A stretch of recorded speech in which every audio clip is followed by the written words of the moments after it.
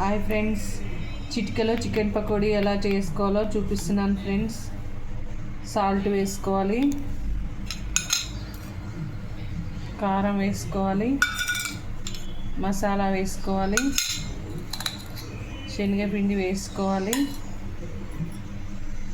గిలకొట్టిన egg వేసుకోవాలి. ఇవన్నీ వేసుకొని కలుపుకోవాలి.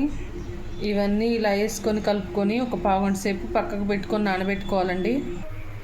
ఇప్పుడు స్టవ్ మీద ఆయిల్ పెట్టేసి డీప్ ఫ్రై చేసుకోవాలి.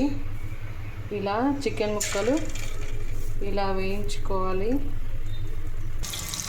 ఇలా వేసేసుకోవాలండి చికెన్ పకోడీ. ఫ్రెండ్స్, వేడివేడిగా చికెన్ పకోడీ రెడీ అయినాయి ఫ్రెండ్స్. కాకపోతే నేను ఫుడ్ కలర్ కలపలేదు, అందుకే రెడ్డిష్ కలర్ లేదు. స్టవ్ ఆఫ్ చేసుకొని ప్లేట్లోకి తీసేసుకుందాం.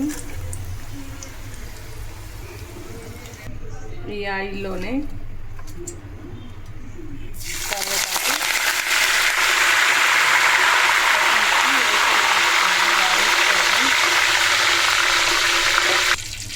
ఓకే ఫ్రెండ్స్, గార్నిష్ కోసం పచ్చిమిర్చి, కరివేపాకు వేయించేసుకున్నాం. ఓకే ఫ్రెండ్స్, వేడివేడిగా చికెన్ పకోడీ రెడీ అయిపోయింది ఫ్రెండ్స్ చిటికెలో. Okay friends.